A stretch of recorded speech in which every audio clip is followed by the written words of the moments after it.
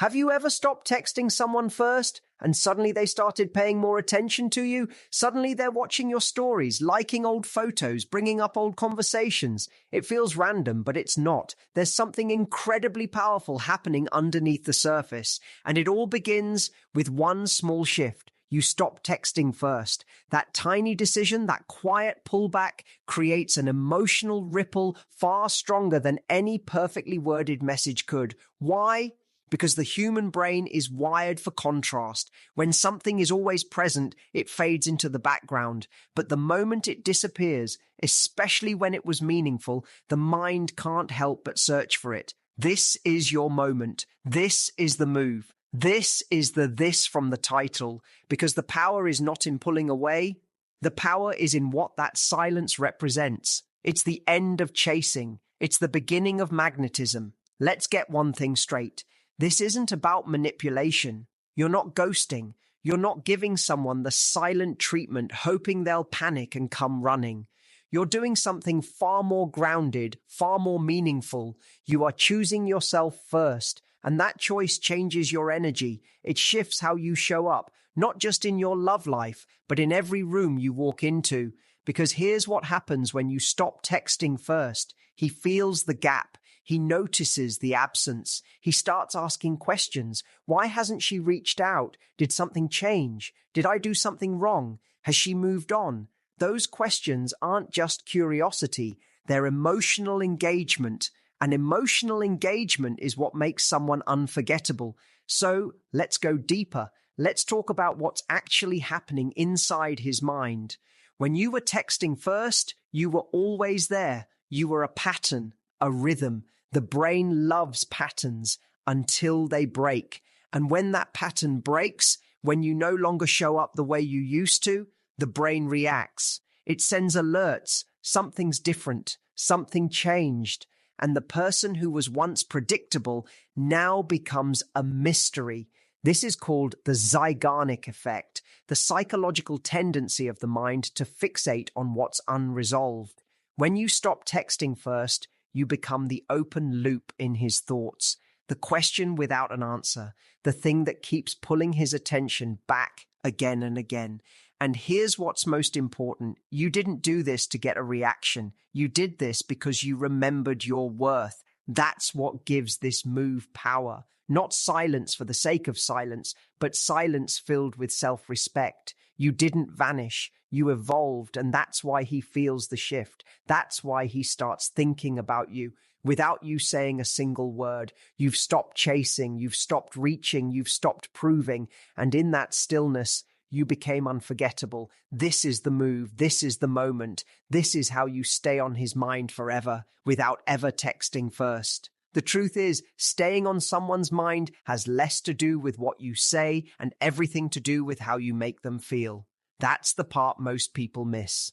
They think they have to be present constantly, sending good morning texts, always initiating conversations, showing up first just to stay relevant. But relevance doesn't come from repetition, it comes from resonance. It's not about frequency, it's about impact. Think about the last person who truly lingered in your mind. Chances are it wasn't the one who messaged you nonstop. It was the one who made you feel something unexpected, something real. That feeling doesn't come from consistency. It comes from contrast, from depth, from moments that shook you awake a little, that challenged you, that made you reflect. That's the space you begin to create the moment you stop texting first. Because now, instead of handing your presence over every time, you're allowing him to sit with the memory of who you are when you're not around. And if you've ever made him feel safe, seen, excited, inspired, even briefly, then your absence becomes powerful. That gap isn't empty, it's charged. And the longer it stretches, the more magnetic it becomes. People remember emotions, not information. That's psychology. The brain attaches more strongly to feelings than it ever will to facts. So if your presence left an emotional fingerprint, the absence of that energy becomes impossible to ignore. It activates something, a subtle longing, a quiet pull, not because you said anything, but because now you're not saying anything. And that silence makes him think, it makes him remember. And slowly it starts to shift the emotional dynamic. You're no longer the one in pursuit. You're no longer the one trying to be seen. You're the one that got into his bloodstream without even trying. And he doesn't realize how deeply until you're gone. But here's where most people get it wrong. They think the move is just go quiet. They confuse detachment with doing nothing. And there's a difference. Powerful silence isn't empty. It's backed by something meaningful. It only works if your presence had value to begin with. You can't be unforgettable if you never created something to be missed. So before you pull back, ask yourself honestly, when you were there, were you really there? Did you show up with presence, with intention, with warmth, with depth? Because when you do that, when you offer something real instead of surface level interaction, your energy leaves an imprint. And when you step away, it echoes. That's the real move. It's not just about holding back. It's about leaving behind something worth holding on to. A moment, a feeling, a glance, a spark, something that can't be replicated in a dozen texts or forgotten in a day. That's the kind of emotional residue that makes people compare every new connection to the one they had with you. And that comparison, that's how you stay on his mind. Not as a name, not as a message, but as a feeling he can't find anywhere else. There's a shift that happens when you stop reaching out first. It's subtle at first, quiet, invisible, but over time it begins to change everything, because now the dynamic isn't built on effort, it's built on energy, your energy, the kind that doesn't beg to be noticed, but naturally draws people in, not by force, but by presence. And suddenly he feels it. The rhythm he was used to, the comfort of knowing you'd be there, it's no longer there. And that space, it does something to him. It unsettles, it stirs curiosity. It opens a loop in his mind that his brain can't close. He might not even realize it right away. It might start with him noticing your absence in the smallest ways. He checks his phone, expecting a message from you that doesn't come. He sees your name pop up in his feed and pauses a little longer. He remembers the tone of your voice, the look in your eyes, the way you made him feel. And none of that was loud. It wasn't dramatic. It was just real. And now it's gone. And in that quiet withdrawal, you become something else entirely. You become a question his mind keeps revisiting. That's what people don't understand about attraction. It's not always about pulling someone closer. Sometimes the most powerful thing you can do is step back just enough that they notice the void. And not out of spite, not to play hard to get, but because you're finally operating from a place of alignment with your own value. You're not punishing them with silence. You're choosing peace over pursuit. Because what happens when you stop texting first isn't just about them, it's about you. You stop looking at your phone as a scoreboard. You stop timing responses or decoding emojis. You stop living in a constant state of reaction, and you start living, really living.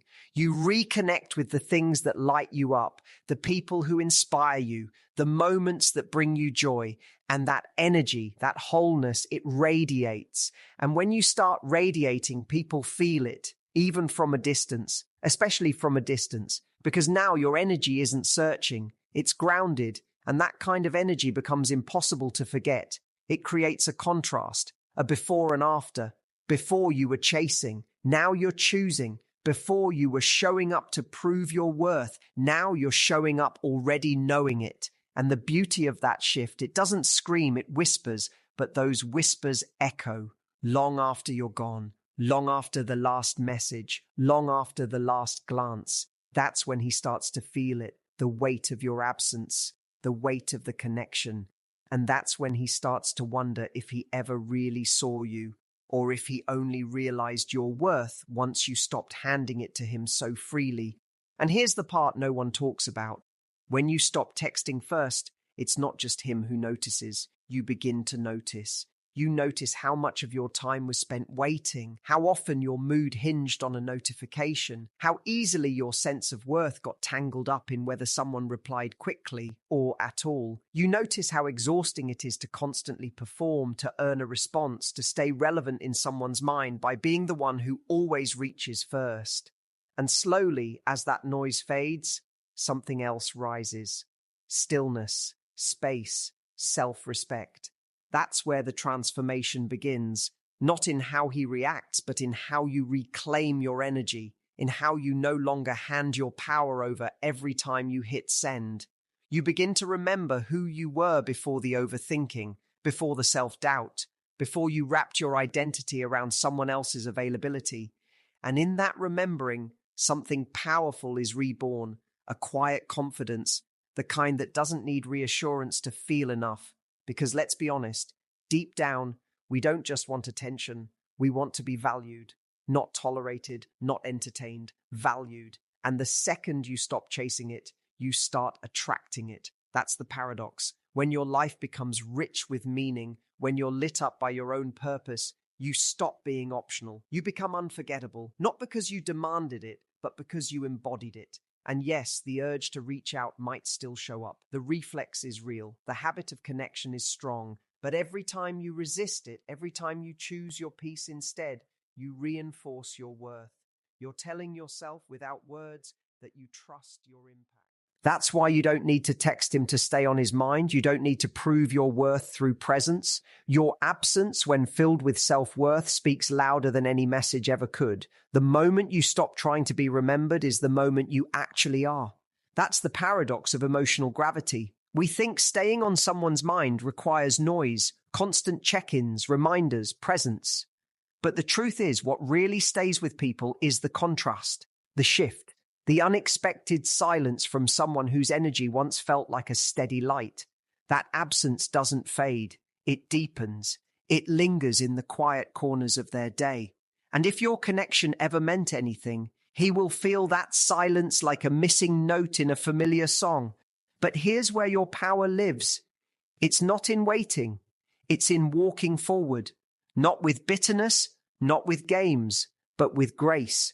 You don't disappear to create panic. You step back to create peace. Not because you stopped caring, but because you started caring about yourself more. And that shift is magnetic. It's not performance, it's transformation. You're not pretending to move on while hoping he notices. You're actually moving.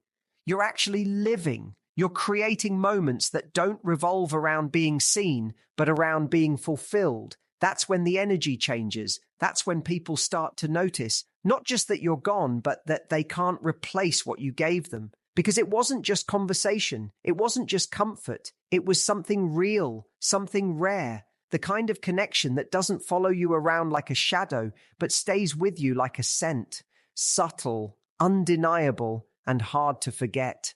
So many people confuse stillness with weakness, as if choosing not to reach out means surrendering, as if silence is some passive act. But silence, when rooted in self-worth, is one of the most powerful statements you can ever make. It tells the world, I am not here to prove, to chase, or to perform. I am here to be, to grow, to protect my energy. And if someone wants to be part of that, they will rise to meet it. They will match it. They will feel it in your absence and move toward it, not because you begged them to, but because you didn't. And if they don't, that's still your answer. That's still closure. Because the right people don't need to be chased. They recognize value when they see it, and they don't risk losing it.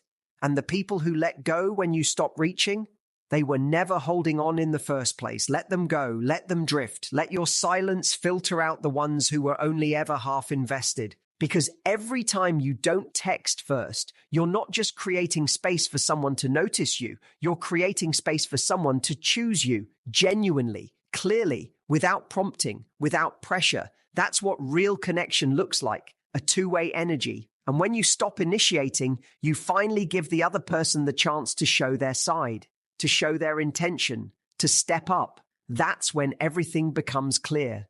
Who's thinking about you? Who misses you? Who values your energy enough to fight the instinct to let it fade? You don't have to guess anymore. You just have to watch. The ones who care will make it known. And the ones who don't, let them go gently. They were only a lesson. There comes a moment when you realize your silence was never about distance. It was about direction. That you weren't pulling away to be cruel. You were returning to yourself. And in that return, you found clarity. You remembered what it feels like to be whole without needing someone else to validate it. That's what makes you unforgettable. Not the words you said, not the texts you sent, but the energy you left behind. You weren't the one who begged to stay. You were the one who had the courage to walk away, not to punish, not to provoke, but to protect something sacred, your peace. And that kind of strength doesn't go unnoticed. Maybe not right away, maybe not in the way you expected, but eventually it hits them in a quiet moment, in the middle of a conversation that doesn't feel the same, in the silence between songs, in the emptiness that someone else's presence can't quite fill.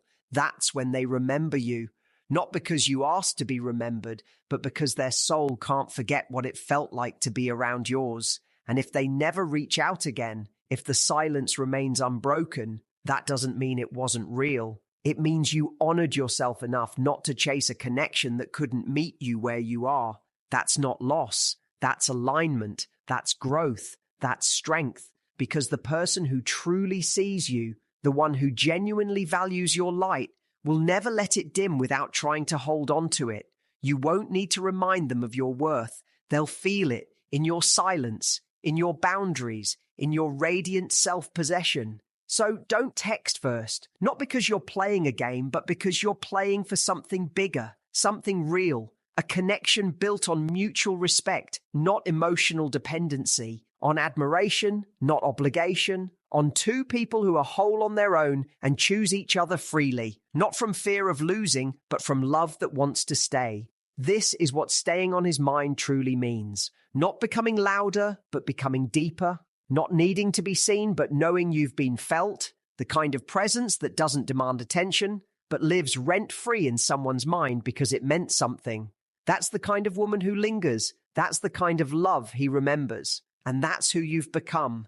Not just unforgettable, but irreplaceable. So choose silence when it brings you peace. Choose distance when it brings you clarity. Choose yourself without apology. And if someone ever wonders why you stopped texting first, let them feel the answer in everything you've become.